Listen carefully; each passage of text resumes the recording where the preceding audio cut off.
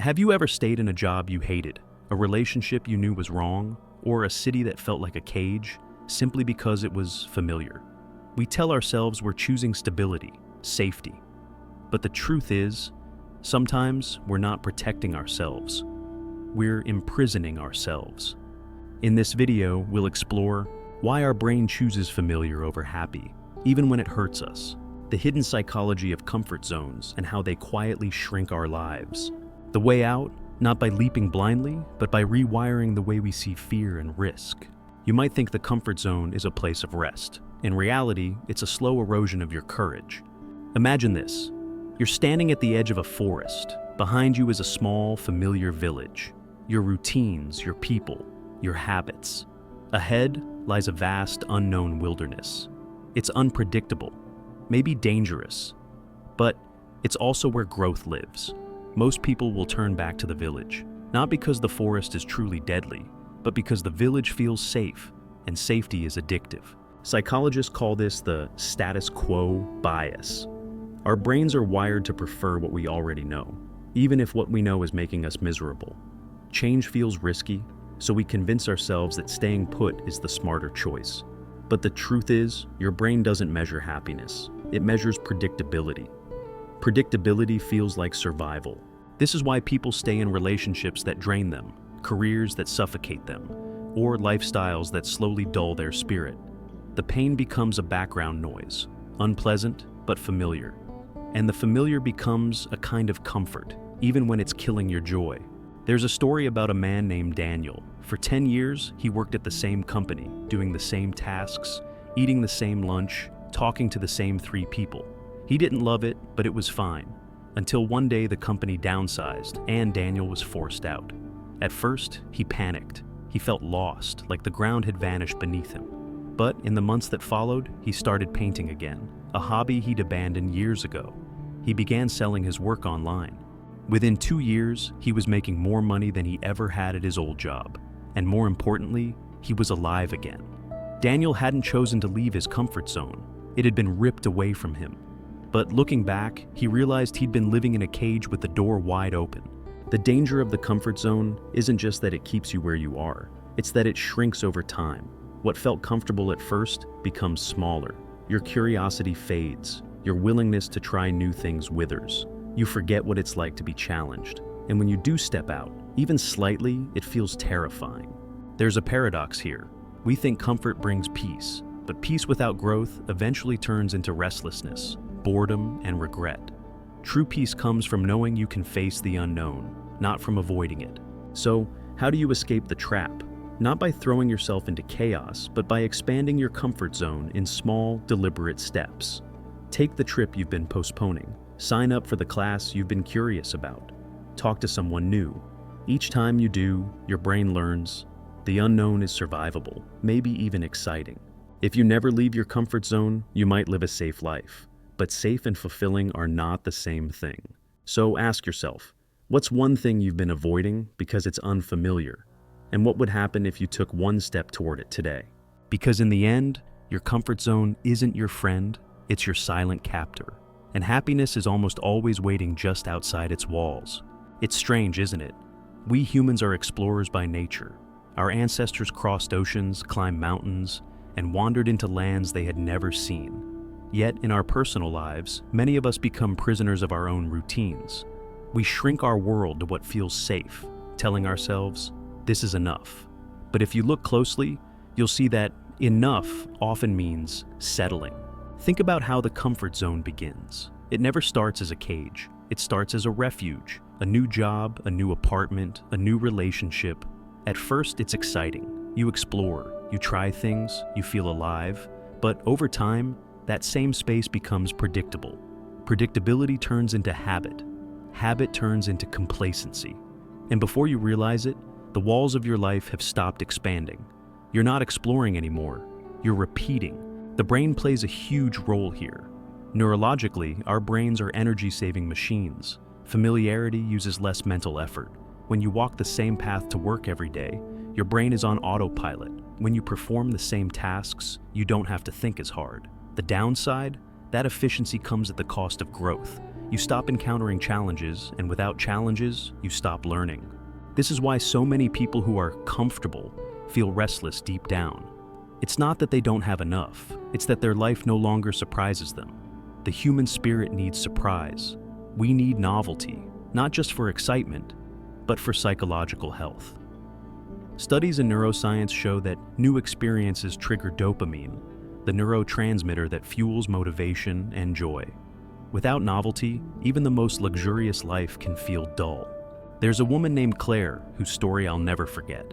She was in her mid-30s, working in a stable corporate job. Good salary, nice apartment, reliable routine. But every day she felt a quiet ache, like life was passing her by. She would scroll through photos of people traveling, starting businesses, learning new skills, and think, I wish I could do that. One evening, she was having dinner with a friend who said something that hit her like a lightning bolt.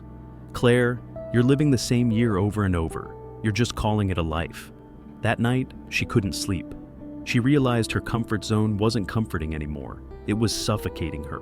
But here's the tricky part. Stepping out isn't just about courage, it's about identity. When you've been in the same zone for years, your sense of self is tied to it. The job title you've held, the people you see, the habits you keep, they become who you are, and leaving them feels like losing yourself. That's why many people stay stuck. They're not just afraid of failure, they're afraid of becoming a stranger to themselves. And so the cycle continues.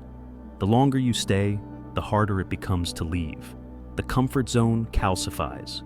You convince yourself it's too late to start over, that you've missed your chance, that risk is for the young or the lucky. But this is an illusion, one that keeps thousands of people quietly unhappy until the end of their lives. Here's the paradox. The comfort zone feels safe, but it's actually risky. Not risky in the way adventure is risky, but risky in a slow, invisible way. It risks your potential, your dreams, your sense of purpose. You might never lose everything overnight, but you might lose yourself, one small compromise at a time. I remember reading about a study where researchers asked elderly people what they regretted most about their lives. The majority didn't regret the things they did, they regretted the things they didn't do. Opportunities they didn't take, risks they avoided, people they didn't tell they loved. Almost all of them said they wished they had been braver earlier. This is the real danger of the comfort zone. It doesn't hurt now, but it compounds into regret later. Think of it like a warm, still lake. In the beginning, it's peaceful. But if you stay too long, the water grows stagnant. Life is like that. You need movement to stay alive inside. Sometimes life will push you out whether you like it or not. A breakup, a job loss, a sudden move. These can feel like disasters, but they're also invitations. Invitations to see who you are without the walls you've built around yourself. The real tragedy is when life gives you these openings and you run right back to the same safe patterns. Escaping the comfort zone is not about burning your life to the ground. It's about stretching it, one small risk at a time. But to do that, you have to accept a truth most people avoid. Comfort is not the same as happiness. In fact, the two can be enemies. Comfort seeks the known. Happiness often lives in the unknown. And here's the uncomfortable truth. You can't have both at the same time. At some point, you will have to choose. If you've ever tried to step outside your comfort zone and felt paralyzed, you've already met your brain's oldest guardian, fear. Fear has kept humans alive for thousands of years. But in the modern world, it often keeps us from living at all. The comfort zone is fear's favorite hiding place. It wraps itself in the language of being practical, making smart choices, or staying realistic. And because fear rarely announces itself directly, we mistake it for wisdom. Let's break down the layers of fear that hold people inside the comfort zone. The first layer is fear of losing safety. This isn't just physical safety, it's financial security, social stability, and emotional predictability. When you stay in a job you've outgrown or in a relationship that stopped working, part of you is thinking, if I leave, I might end up worse off. Your brain will magnify this risk, even if the actual danger is small, because it's programmed to avoid uncertainty. The second layer is fear of losing control. Inside your comfort zone, you know the rules. You can predict the outcomes. Outside, the rules change or disappear altogether. And not knowing what's coming is deeply unsettling to the human mind. Psychologists call this ambiguity aversion. We'd rather choose a bad situation we understand than a potentially better one we can't predict. The third, and perhaps most painful layer, is fear of losing your identity. Who are you if you're not the manager, the spouse, the resident of your current city? Our self-image is built on the roles we play and the environments we inhabit. Leaving them behind can feel like erasing yourself. This is why so many people cling to titles or labels long after they've stopped bringing joy, because without them, they're afraid they'll be nothing. One of the most striking examples I've seen comes from a man named Victor. For 25 years, he worked in the same factory, lived in the same neighborhood, spent weekends with the same group of friends. Everyone knew him as Victor from the plant. Then one year, the factory shut down. Overnight, his title, his routine, and his sense of self vanished. He described it like falling into a hole with no bottom. For months, he wandered in depression, convinced he had no value outside that identity. Only years later, when he started volunteering at a local shelter, did he begin to rebuild a new sense of self, one not tied to a paycheck, but to purpose. Fear is not always loud. Sometimes it whispers in excuses.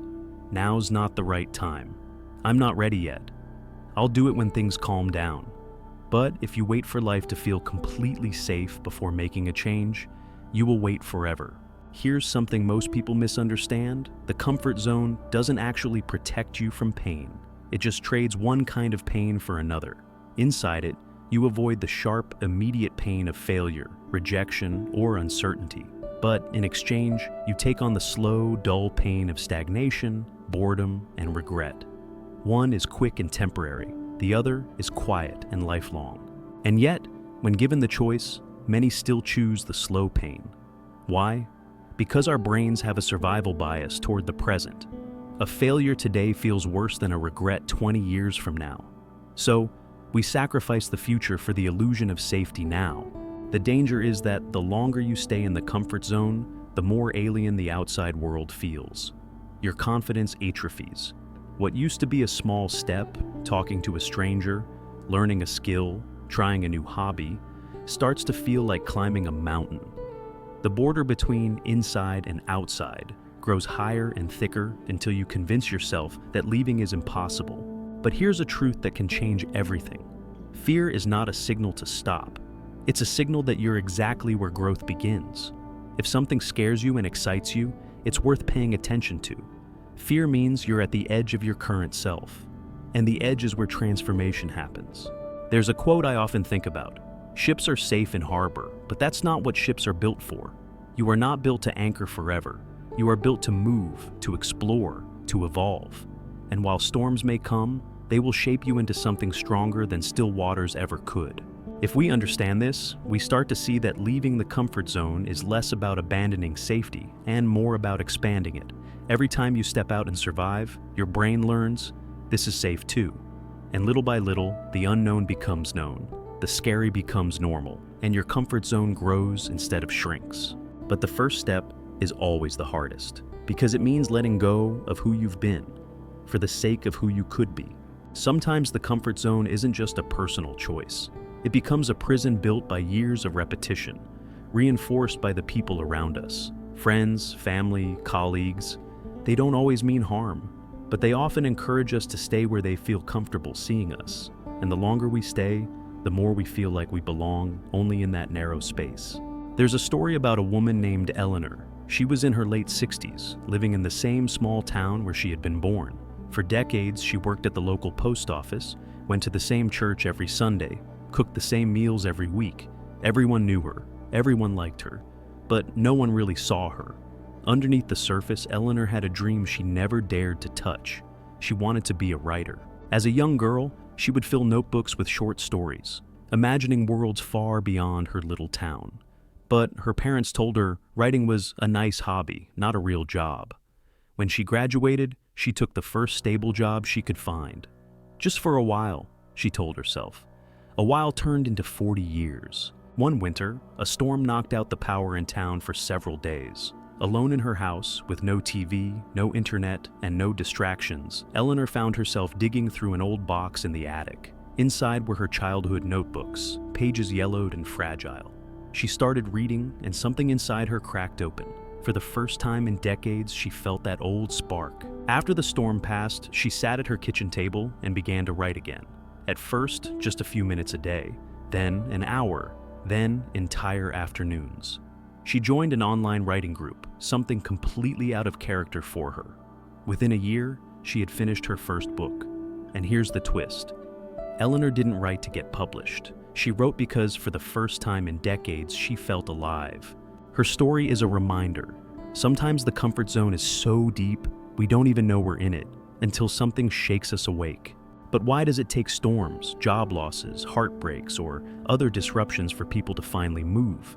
Because discomfort is the only language the comfort zone understands. As long as life inside is fine, there's no urgency to leave. And fine can be the most dangerous word in the human vocabulary. It's not miserable enough to force change, but not fulfilling enough to bring joy. Psychologically, the comfort zone has a gravitational pull. The longer you orbit it, the more your mind convinces you it's the center of the universe. You start filtering decisions through its limits. Can I do this without too much effort? Without too much risk? Without too much change? And every time you choose the smaller path, you reinforce the walls. But there's something else most people don't realize. The comfort zone isn't static. It slowly shrinks. The things you once found easy become harder because you're out of practice. Maybe you used to travel, but after years of staying home, even a short trip feels stressful. Maybe you used to meet new people easily, but now you avoid conversations with strangers. This shrinking makes the outside world seem scarier than it actually is, which in turn keeps you trapped. There's a term in psychology called learned helplessness. It describes when a person stops trying to change their situation because past attempts failed, or because they've been conditioned to believe change is pointless. In the comfort zone, learned helplessness hides in plain sight. You stop imagining alternatives because your mind has accepted that this is just the way things are. And yet, there's always a way out. It rarely begins with a leap. More often, it begins with a question. What would happen if I did one thing differently today? The power is not in giant acts of bravery. It's in the small rebellions against routine. Wake up earlier, take a different route, talk to someone you've never spoken to before, sign up for a class in something you know nothing about. Every small act stretches the edge of your comfort zone just a little further. And here's the beautiful thing. Once you stretch it, it rarely snaps back to its original size. Eleanor once told a friend, "The biggest lie I ever believed was that life happens to you until you're too old to change it." She proved herself wrong, not by becoming famous or rich, but by reclaiming the part of herself she'd buried. The comfort zone doesn't care how old you are. It doesn't care how talented you are. It doesn't care how much potential you have. It only cares that you stay inside, and it will always feel safer than the unknown, until you discover that safety was just another word for stillness. The truth is, stillness without purpose isn't peace, it's decay. There's a moment in every life when you realize the comfort zone isn't just holding you back, it's actively pulling you under. And the scariest part is that it doesn't happen in one big event. It's a slow, almost invisible process. One day you look up and realize years have passed. Your dreams have dust on them. Your sense of adventure has gone quiet. And the person you once imagined becoming is a stranger now. Science has a term for this: the hedonic treadmill. It means that humans quickly adapt to the good things in life, returning to a baseline of emotional neutrality. That's why buying a new car or getting a raise feels exciting for a moment. But the thrill fades, and the new becomes normal. In the comfort zone, this adaptation works against you. You become so used to fine that you stop noticing how unfulfilled you really are. A Harvard study on adult development followed people for decades to understand what truly impacts life satisfaction. One surprising finding was that those who consistently sought new experiences, even small ones, reported higher levels of happiness and resilience than those who stayed within predictable routines. Novelty didn't just make life more interesting, it made people more emotionally flexible, better able to handle challenges. In contrast, those who avoided change often grew more anxious over time, because the unfamiliar became threatening. This brings me to a man named James. He was the definition of safe. Same job for 30 years, same house, same morning coffee at the same diner. People admired his discipline, but when James retired, something unexpected happened. Without his routine, he unraveled. He didn't know what to do with unstructured time. He avoided travel because It's too much hassle. He turned down invitations to events because I wouldn't know anyone there. Slowly, his world shrank to his living room. Within 5 years, his health declined, not from any illness, but from the erosion of curiosity, social connection, and mental stimulation. The comfort zone that had once kept him stable had, in the end, robbed him of the tools he needed to truly live. This is the danger few people talk about. The comfort zone doesn't just stop you from growing. It can take away your ability to grow at all.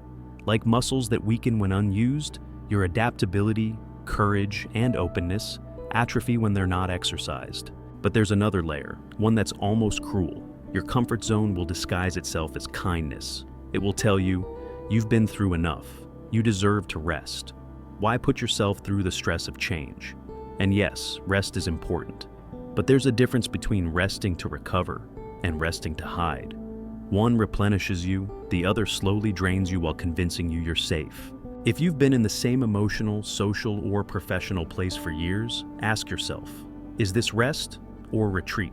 Psychologists talk about the exposure effect. The more you're exposed to something, the more comfortable it feels. This is why people stay in toxic environments. The toxicity becomes familiar, and familiarity feels less threatening than change.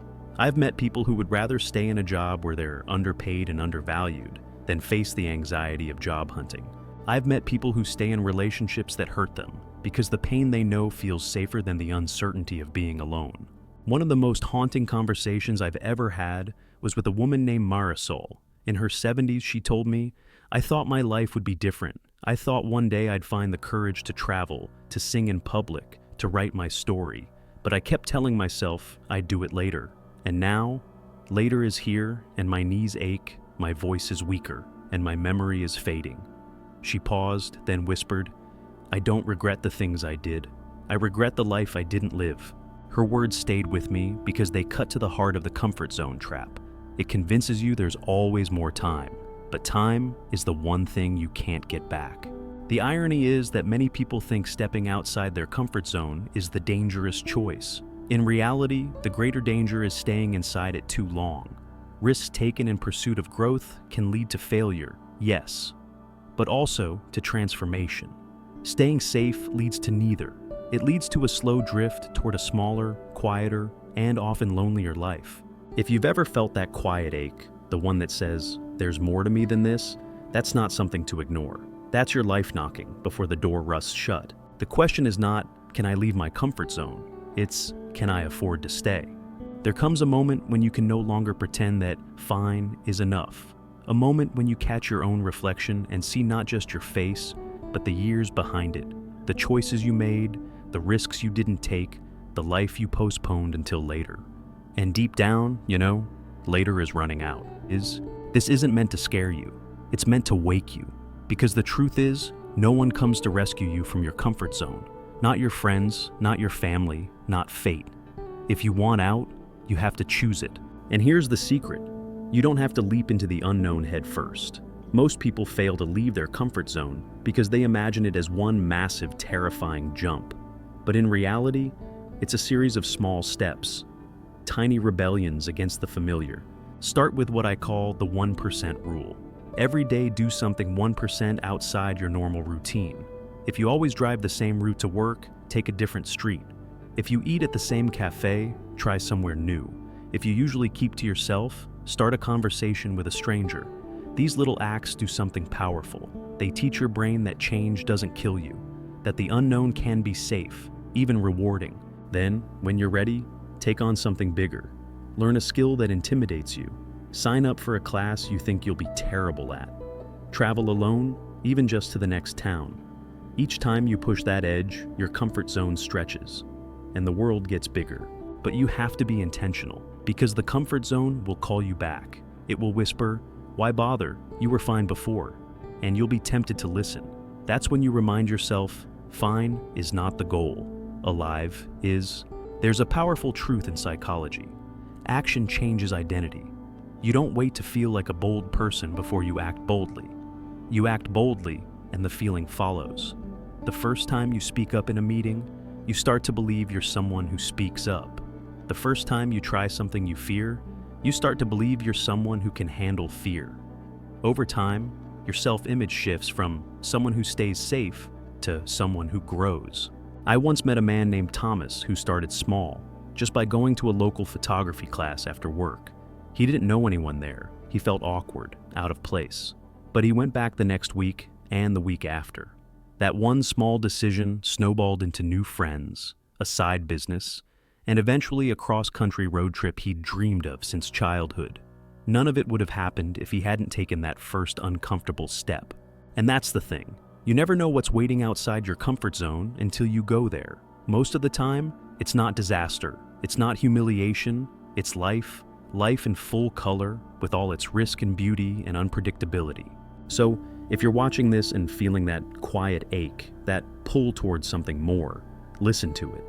Write down one thing you've wanted to do but haven't because it's unfamiliar. Then, before the day ends, take one small action toward it. Not tomorrow, not when things calm down.